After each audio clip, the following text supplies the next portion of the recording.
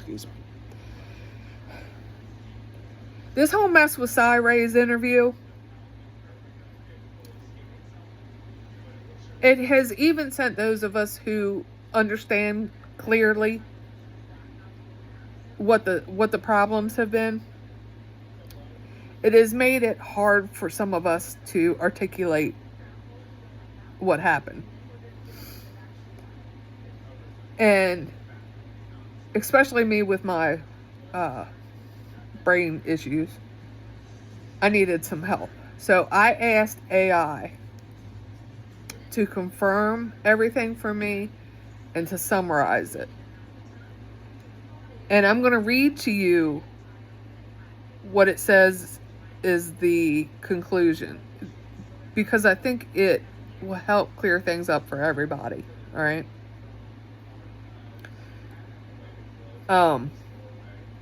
I asked it why Cy Ray was able to testify in court to the things he did, but yet flip and say the things he did in the interview with custody queens. Why he was able to do that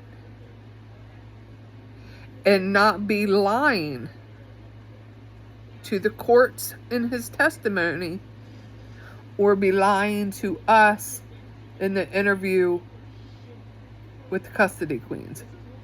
And this is what I got. Now, remember, I have trouble speaking sometimes, and reading and all that together and pronunciating words all together is probably going to cause some issues, so bear with me. Okay. So I asked it that question, and here's its explanation, and it summarizes things perfectly in a way I think everybody can understand, okay? Your confusion hits on the exact reason why Cy Ray's sudden pivot on the Custody Queens podcast caused such massive shock and anger in the true crime community and legal community. It sounds completely contradictory because intellectually it's contradictory.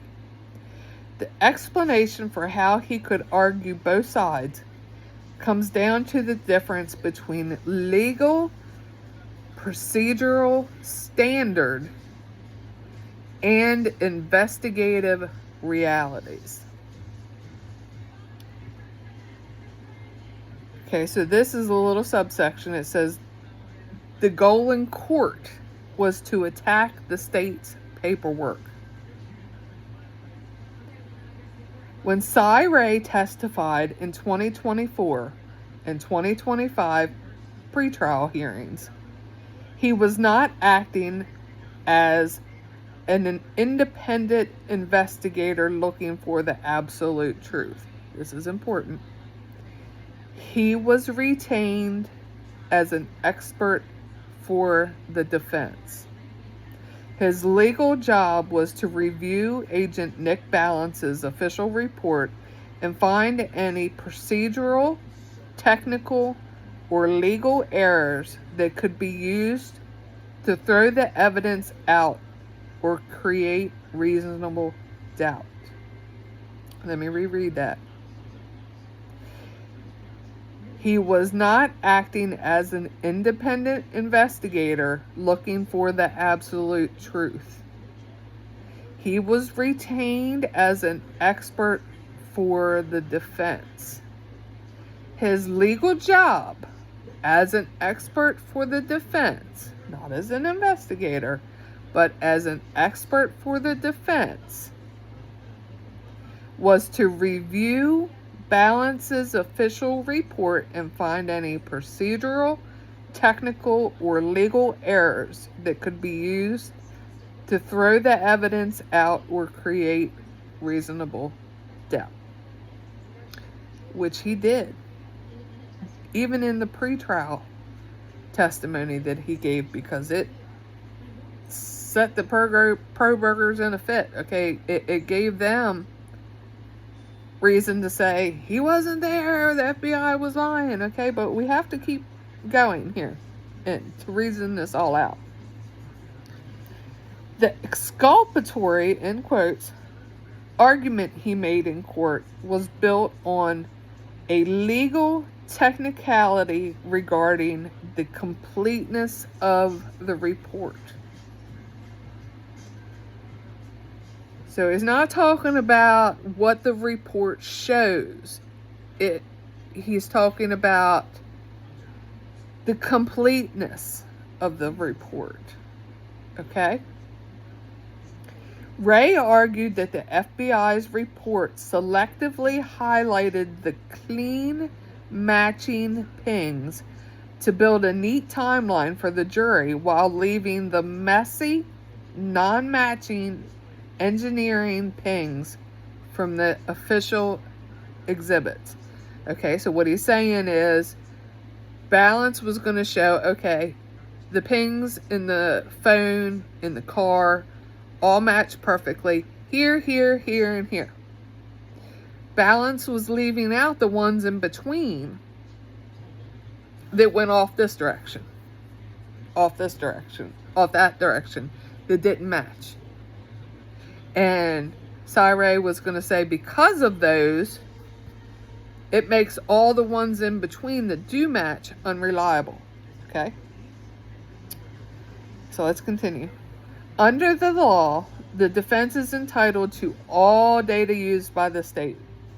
Ray argued that by omitting those weird pings from the main report, the prosecution was hiding data that didn't fit their theory, making the FBI's report unscientific, biased, and legally flawed. Therefore, the absence of this data in the report was what he claimed was exculpatory, not because it actually proved Kohberger was innocent, but because it proved that FBI's official paperwork was. Again, Ray, and if you go back and watch his testimony, he says that there are pings within the mapping that don't match, but there are that do. And this is where we come into the percentages, okay? So apparently what has happened is there are much less pings that match than don't. Okay? So he matches here, here, and here, but all in between they're not matching. Okay? And he explains why later. Okay? So that was his job, to show that. Alright? That was his defense expert duty, was to show that the FBI did not, in their report, show all those ones that didn't match. All they were doing was cherry picking the ones that did match. Okay? So let's move on. It says, the podcast goal, looking at the whole puzzle. When Kohberger pled guilty and the gag order was lifted in July of 2026, Ray stepped out of his role as Kohberger's defense advocate and spoke as a veteran homicide detective. On the Custody Queens podcast, he looked at the entire data set, including the messy pings, all of it, all the matches, and all the messy stuff in between, okay? And now that he is not talking as a defense expert anymore, he says in the podcast, he admitted that as an expert, he knows the cell phone mapping naturally creates weird anomalies due to hills, terrain, and network traffic. When you look at the raw data as a whole, those non-matching pings are easily filtered out as normal network background noise. Once you filter out that normal noise, the remaining core data proves the phone and the car were in perfect, undeniable tandem. So as a defense expert, he's not going to say all that. That's the point, okay? As a defense expert, he's not going to say that when you look at the raw data as a whole, those non-matching pings are easily filtered out as normal background noise.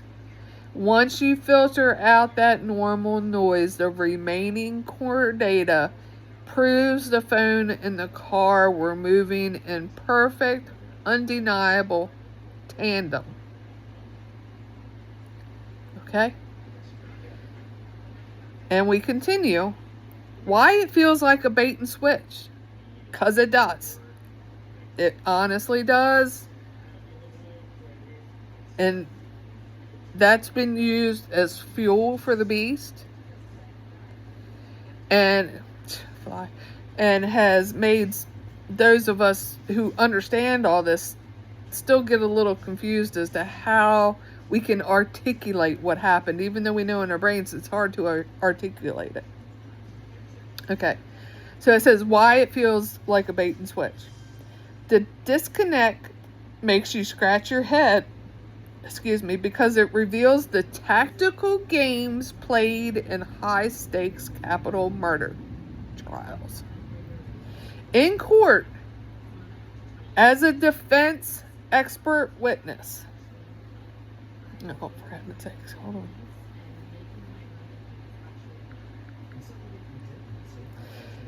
The disconnect makes you scratch your head because it reveals the tactical games played in high-stakes capital murder trials. In court, Ray leveraged the messy, unmapped pings to argue that the FBI didn't do their paperwork correctly. They left things out, and therefore this report is biased and unreliable and could be exculpatory. On the podcast, though, pay attention. Ray admitted, look, and this is in quotes, look, the FBI's paperwork was a bit disorganized.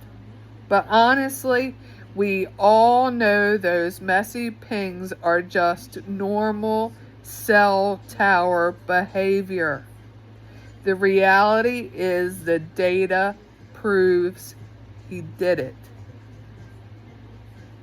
Essentially, Ray was willing to use basic cellular glitches as a weapon to attack the state's legal case in court. But once Kohberger confessed, Ray dropped the courtroom act and admitted that the underlying data was overwhelmingly damning. See, this is why the trial would have been so important. And this is also why they didn't go to trial. That last paragraph is why they didn't go to trial. One of the reasons why they didn't go to trial. Why he chose to plead. So their own cell phone data expert can only say that the FBI's work didn't show all these unmatching pings. And that because their paperwork wasn't clean and neat and included every single data point, which he says in the podcast, there are thousands, that the report should be viewed as biased and possibly exculpatory. But when he comes out of defense expert witness costume and comes into reality, he says all that other stuff is just normal cell phone data activity. The hills, the terrain, the normal traffic on the networks will cause this to happen. But that it is undeniable that the data matches along the way run in tandem with the suspect video 1 travels. From the time the cell phone leaves his apartment until the time it shuts off. See, I've been talking a lot, so my brain's going crazy. Okay, so from the time the phone turns on, or from the time he leaves his apartment until the phone's turned off, even though there are messy pings that go off crazy places because of the hills and the terrain and the network busyness and all that, the ones that do match exactly with the CCTV of the car. It all matches, okay? They're running together. The phone's turned off during the time of the murders, so nobody can say who's what, when, and where. And then after, they pick back up again matching with all the junk in between. Cy's saying that balance should have included every single one of those thousands of pings so that the jury could make their own decision as to whether or not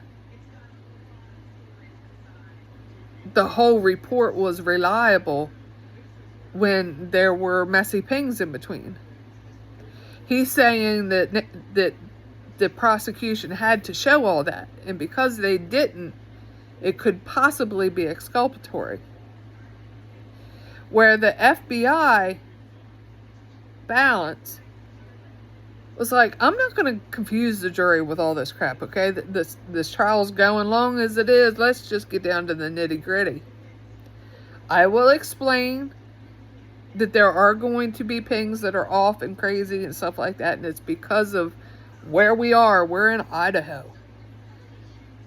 The towers get interrupted by things, signals get tossed here and there. But I can say that here, and here, the phone and the car are matching up. I don't want to confuse the jury. I'm just going to show the ones that match. Before and after. Okay? I'm going to explain to them that all the way to the crime scene, I have his car and his phone running in tandem. Boom, boom, boom. I'm going to show that at the point it's dropped, if we drive the route that we think he took to the crime scene, drive around, stop as the video shows, and leave, it picks up exactly where the car leaving does. So we have a line. We have match, a break because the phone's off, but in the middle we have the car on video at the house. We have a break, and then we pick it up again. That's what the drive test is, okay? They can get in the car and they can do that. They know the speed of the car from the pings. They know the distance, all that technical crap, okay? They get to the spot. They drive an average speed to the crime scene. They reenact what the car on the video does at the crime scene. And then they leave like the video shows the car does. And then it's picked up again with the mapping data. That's why you have called detail records. You have the drive test. You have all of these different ways that they're overlaying on top of each other to make the pattern, okay? All of the video, this is very important in the argument from some of these pro burger creators. All of the video that was in evidence to be used at trial by the prosecution Not all of the stuff that wasn't, because of course there's going to be video that is not Kohberger's car. They had some. They showed that they had some. But when you go to the list of what was actually going to be used at trial, none of the videos had fog lights. None of them. The video at 1112, the night of the crime, around the murders, had no fog lights. The videos that they were going to use at trial afterwards had no fog lights. The videos of the car that the FBI vehicle analysis expert determined to be the make, model, and year of Kohberger's car without a front license plate, matched with the matching pings of his cell phone. They had that. Cell phone. Car. No fog lights. The matching, no front tag. 4 things, okay? Phone. Make and model. Video. No tag. It all matched. All the way through to the time the phone was shut off. Then it picks up with make, model, no headlight, or no fog lights, and no front tail light. Jesus, see, brain. Make and model, no fog lights, no front tag. At the 1112 video of the crime scene. Then afterwards it picks up again when his phone's turned back on. Same thing. Phone matches car, matches no fog lights, matches no front plate. It all matches.